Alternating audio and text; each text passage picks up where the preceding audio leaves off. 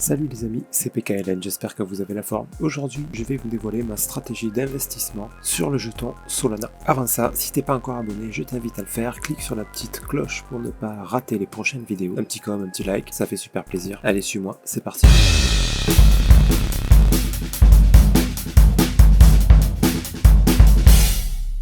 Donc les amis, ma stratégie d'investissement sur le Solana, on va voir ça. Tout d'abord, je tiens à m'excuser pour la fréquence des vidéos qui est un petit peu moins régulière en ce moment. Voilà, j'ai chopé une bonne crève là et j'étais un peu KO, je vous avoue, donc j'ai un petit peu quitté les écrans. Voilà, je vais m'y remettre bien sûr un peu plus sérieusement et vous aurez des vidéos bientôt quasi quotidiennes comme avant. Voilà, pour le Solana, alors c'est une stratégie que vous pourrez appliquer bien sûr sur beaucoup d'autres jetons. Tout va dépendre de où on en est dans la structure. Donc là, j'ai un exemple concret sur le Solana d'une méthode qui vraiment fonctionne très bien. C'est déjà, la première chose, c'est de repérer un jeton qui a fait une grosse correction ou qui est en train de faire une grosse correction sur un terme assez long. Là, je suis en daily. Oui, là on est sur une correction daily, voire weekly. Voilà, là, c'est vraiment des bons moments pour investir, mais tout en établissant un plan et en analysant un petit peu les structures. On n'y va pas au pif, enfin on peut y aller au pif là, c'est un très bon moment pour investir et puis on attend sur le long terme, il y a de bonnes probabilités pour qu'on ait de très beaux bénéfices. Maintenant on peut optimiser tout ça en sachant lire un peu les structures. Maintenant ceux qui suivent ma chaîne, vous commencez à avoir un petit peu l'habitude, même si vous ne maîtrisez pas encore les structures, vous connaissez au moins les principales et vous pouvez ici, disons, pas deviner laquelle sera la prochaine, puisque ça c'est impossible, c'est le marché qui va décider, mais vous pouvez prévoir lesquelles pourraient arriver. D'accord? Et puis en fonction de ça, on peut établir un plan. On sait à quel moment il va falloir faire attention, à quel moment il faudra sortir, à quel moment re-rentrer éventuellement, etc. Donc à partir de là, on va pouvoir établir un plan vraiment optimal pour faire un max de profit en fait. Ça reste le but. Là, qu'est-ce qu'on voit? Ici dans le Solana, c'est parfait. On a eu des impulsions, corrections, voilà, en plus court terme, donc disons en 4 heures. Là, impulsion, belle correction, encore impulsion, et on a une grosse correction qui a cassé les derniers plus bas. Donc ça veut dire qu'on entre dans une correction un peu plus long terme. Donc voilà, ça c'était une structure plutôt 4 heures. Là on est sur une structure daily, voire weekly. Donc la correction, elle va être plus grande et plus étalée sur le temps. Là, qu'est-ce qu'on voit? On a eu donc, à partir de ce moment-là, on sait qu'on est sur une grosse correction. Donc ça veut dire on va avoir le temps de placer son argent et de voir un petit peu, d'anticiper les prochains mouvements. Qu'est-ce qu'on a eu là? Donc à partir du moment où on est passé sur une correction daily, donc à partir de ce moment-là, on sait que ça, c'est un grand A, ok? On ne sait pas s'il est terminé, mais par contre, on a des signaux comme quoi c'est un moment vraiment opportun parce que on a eu, boum, grosse chute, des corrections, des corrections comme ça, des chutes très vertigineuses, j'ai envie de dire. Vraiment, voilà, des mouvements agressifs. Ici, on continue à descendre, hein, mais vous voyez de moins en moins. Le mouvement se fatigue. Le dernier plus bas, il a été cassé, mais de peu. Là, je sais même pas si on l'a cassé. Il me semble que oui. Non, on l'a pas cassé. Ça aurait été bien qu'on le casse. Bon, voilà. Là, on peut s'attendre encore à ce qu'il vienne casser ici. C'est pas une certitude, hein, donc voilà. Tout ça pour dire que moi, là, j'ai commencé à investir là-dedans. Voilà, par là, j'ai commencé à réinvestir. Là aussi, là aussi. Là. Si ça continue à descendre, s'il casse ce plus bas, j'investirai encore et je vais continuer comme ça tant qu'il traîne là. Ouais, il peut traîner comme ça encore longtemps, donc c'est parfait. Ça laisse du temps, chaque mois je vais rajouter un petit peu de sous, donc voilà, plus il traîne longtemps, au mieux c'est. Au plus ça nous laisse du temps pour investir. Maintenant c'est pas dit, il peut repartir à la hausse assez vite. Donc voilà, c'est pourquoi ça que moi j'ai déjà commencé. Là le mouvement il commence vraiment à s'essouffler. Moi je verrais bien un dernier plus bas, mais je pense pas qu'il y en aura 36 quoi. Donc bref. Voilà, ça c'est un premier signe comme quoi on peut commencer à réinjecter. Vous voyez, par ici, j'aurais pas réinjecté, d'accord? Voilà, je crois que par là j'avais pris des trades, un truc comme ça. Mais voilà, là je parle d'investissement, vraiment. Donc ça reste quand même du assez long terme, hein. Il ne faut pas être pressé, il ne faut pas s'attendre à ce que ça monte demain. Voilà, tout ça pour dire que donc, à quoi on peut s'attendre ici? En ayant eu un grand A, donc vous le savez maintenant, on va attendre un B, un C. Ok, c'est ce qu'il y a de plus probable, hein. Il y a 90, voire même 95% de chances que ça se passe comme ça.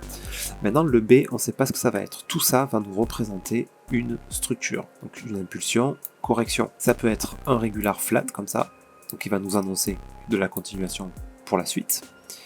Ça peut être, comme le Bitcoin semble nous le faire actuellement, un running, d'accord? Ici, on a une autre grand A. Le grand B, vous avez vu, là il y a le sacré profit à faire qui est venu casser le dernier top pour nous donner ici un running, d'accord? Donc là le plus probable, même s'il traîne un peu, hein, c'est encore une fois, ce qui repartent à la hausse pour venir au moins jusqu'à là. D'accord? Donc sur le Solana, ça pourrait être ça qui se passe. Hein. Donc ça donnerait ça à un B qui vient casser le top. Donc avec un Solana à 88 qui monte vers les 280, pas mal, hein, les profits. Et ensuite, on aura un C ici. D'accord? Ça, c'est une autre possibilité. Quelle autre possibilité? L'autre possibilité, c'est A, B, C pour un contracting. Ça, c'est plus rare, donc je vais pas miser sur ça. D'accord? Si on a ça, je pense qu'on aura plutôt quelque chose comme ça, et en fait, ça sera un grand A, un grand B, parce que notre B peut se diviser en plusieurs temps, c'est possible aussi, et pour nous donner ensuite un C, et au final, en fait, on aura un running. C'est quand même beaucoup plus fréquent, ce genre de structure-là. C'est beaucoup moins fréquent, donc on va pas miser sur ça, sur un contracting, pour qu'il continue une hausse plus long terme. Ok? Donc on va pas miser sur ça, mais bon. Ça reste possible, donc voilà. On a aussi l'expanding qui est possible. Venir casser le top, venir casser le bas pour ensuite monter. Bref, qu'est-ce que ces structures ont en commun? C'est hyper simple en fait, c'est les mouvements. Hein. On a eu un mouvement baissier, suivi d'un mouvement haussier, suivi d'un mouvement baissier, avant de faire une continuation vers le haut. Peu importe la taille de ce mouvement, peu importe la taille de celui-ci, ici on peut s'attendre à une hausse. Ok, au moins pour un B. Donc, à partir de là, moi j'investis ici.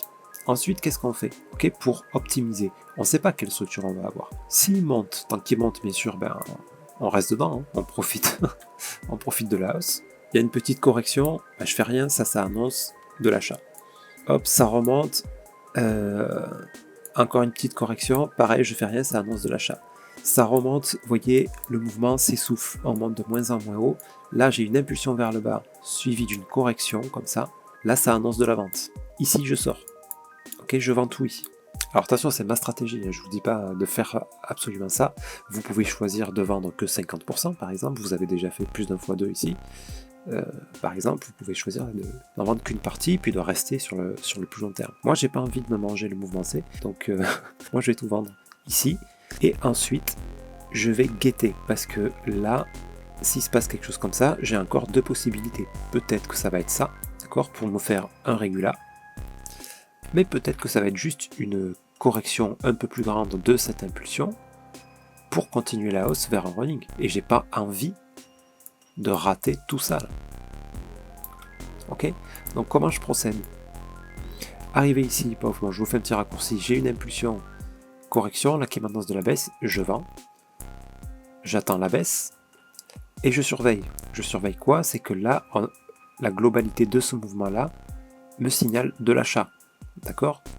Donc vous allez me dire, pourquoi tu vends ici alors, si tout ça annonce de l'achat? Parce qu'on a le risque d'obtenir un régular. On a un A, un B, et la seule interrogation, c'est qu'on ne sait pas si ce B est terminé. Si ça continue de monter, là, après ça, le B n'est pas terminé. Mais maintenant, il peut être terminé ici. Donc ça, voilà, c'est ces points-là qu'il faut vérifier. Ici, ça va être dangereux. Donc on peut sortir. Ici, si on n'a que ça, et qu'ensuite on a une autre impulsion correction qui annonce de l'achat, eh ben, je re-rentrerai ici. D'accord? Voilà. Tout ça, c'est pour avoir toujours des liquidités dispo et rentrer dans les moments opportuns. Rentrer ici, par contre, au plus on a eu une belle hausse, au plus c'est dangereux et à tout moment, on risque de venir se retourner pour faire notre C. Donc à partir de là, je mettrai, dès que j'obtiens des hausses, des break-even, c'est-à-dire des stop-loss en positif. Voilà comment je procède. Et je vais faire ça, profiter de la hausse jusqu'à obtenir, on va supposer, mettons qu'il va nous faire un running. Admettons ici, j'ai le même truc qui se passe, hop, une petite hausse qui s'épuise, une bonne impulsion baissière, une correction, je ressors ici. Ok? Hop, ça recorrige, ça refait une impulsion haussière, je re-rentre. Boum, ça casse le top, moi j'ai mon break-even ici. Ça se retourne, je suis plus dedans et j'ai profité de toute cette hausse. Ok? Et ensuite, ben, je vais patiemment attendre des corrections et patiemment attendre le C.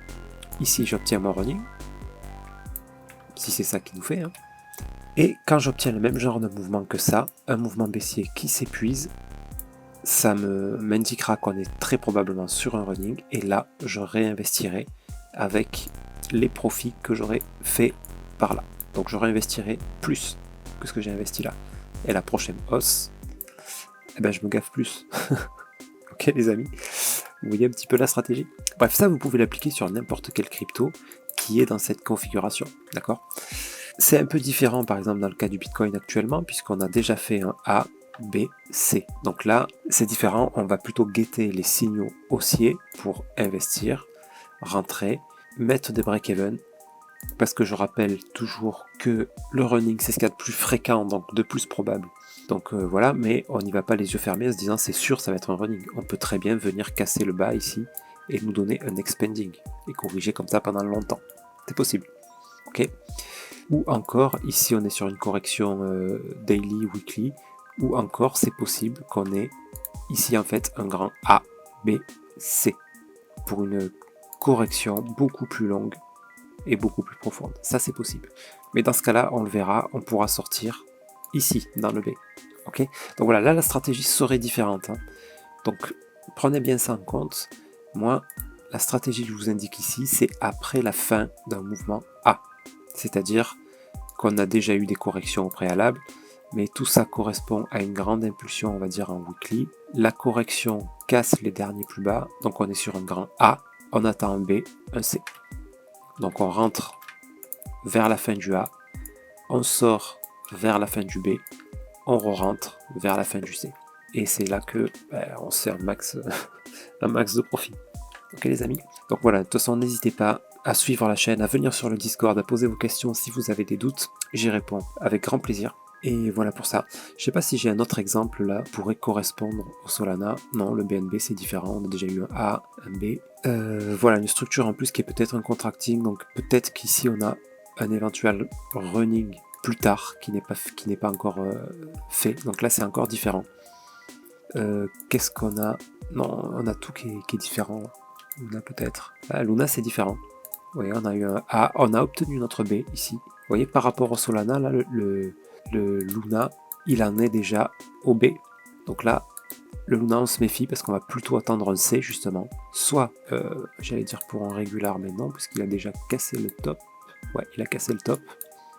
Donc soit pour un running, là, tout de suite, soit peut-être il peut monter encore, hein, un petit peu plus haut, avant de nous valider un running plus tard. Running ou expanding, ça, c'est l'avenir qui nous le dira. Ok, vous voyez, là c'est encore différent. Mais voilà, en analysant, on sait que là, c'est pas du tout le moment idéal pour rentrer dans le Luna. Pour investir dans le Luna, moi, je vais attendre un C. On ne sait pas quand il aura lieu, hein, peut-être que ça sera plus tard, peut-être qu'il va monter et descendre plus tard. Ben, j'aurais peut-être raté ça, mais c'est pas grave. J'aurais chopé plus sur le Solana et ça me permettra aussi, avec des profits, d'investir dans le Luna plus tard. Voilà, j'ai pas d'autres exemples là, ou de grand A. Si, peut-être sur le ADA. Ouais, sur le Cardano, on a un petit peu le même genre de structure. Donc c'est pas un moment pourri là pour investir. Je m'attends à ce qu'il traîne encore un peu là quand même, qui vient descendre. Voilà, si vous êtes fan du ADA, on a un petit peu le même délire. On peut attendre, on peut essayer de profiter du B. Quand on a des signaux de vente, vendre en attendant le C pour un grand régular avant la hausse. Quand je dis la hausse, c'est la hausse qui viendra casser le all-time high. Ok, le dernier ATH. Enfin le dernier ATH, l'ATH tout court. Ok, voilà, donc il faut pas s'attendre, c'est pour ça qu'il faudra être vigilant dans cette méthode-là, parce qu'il ne faut pas s'attendre à venir tout de suite le casser. C'est possible si on obtient un running plus tard, mais comme ça on ne le sait pas, on va se méfier à chaque signal de vente. Chaque signal de vente, dans ce cas de figure, il faudra sortir, éventuellement re-rentrer plus bas si on a un signal d'achat. Et c'est vraiment à cette seule condition de signal d'achat, hein, parce que dans ce genre de configuration, on risque un régular. Donc si on reste ici, on risque de se retrouver dans 1 an et demi là, en négatif par rapport à notre point d'entrée. Et ça, c'est pas cool. C'est pas cool parce que ça nous fait des liquidités qui sont pas disponibles pour investir et donc c'est pas du tout optimal. Maintenant, si vous voulez pas vous prendre la tête avec les analyses techniques, tout ça, eh ben, vous investissez puis vous attendez. Hein. Quand vous attendez votre objectif il est là. Si là, ça vient que dans 4-5 ans, ben, vous attendez puis vous vendez dans 4-5 ans quand vous y êtes. C'est tout à fait possible aussi. Il y a beaucoup de gens qui font ça d'ailleurs pour éviter le stress d'une méthode, même si ça permet d'optimiser, ça peut être quand même très stressant, être voilà, source de stress et vous pousser éventuellement à faire des bêtises quand on voit que le compte est en négatif. Voilà, certains vendent à perte, ou si vous avez mis trop d'argent, que vous avez besoin d'argent pour faire une réparation de voiture, pour faire des travaux à la maison, vous allez être obligé de vendre à perte. Voilà, donc il faut bien gérer son portefeuille, mettre pas trop d'argent, d'être sûr que vous n'allez pas être dans le besoin, parce que voilà, par expérience, je peux vous dire que vous serez dans le besoin toujours au pire moment, au moment où le marché est au plus bas. C'est là que vous aurez besoin de liquidité. Donc voilà, pour faire de l'argent, il faut être sûr que l'argent que vous placez, vous n'en aurez pas besoin. Comme ça, vous pouvez faire votre plan en toute sérénité et vous pourrez optimiser vos gains. Ok les amis, sur ce, j'espère que cette vidéo vous sera très utile. N'hésitez pas à me donner vos impressions dans les commentaires, à venir sur le Discord pour échanger, partager un petit peu vos méthodes si vous appliquez certaines méthodes. Donc je vous souhaite une excellente fin de journée. Je vous dis à très bientôt, c'était PKLM.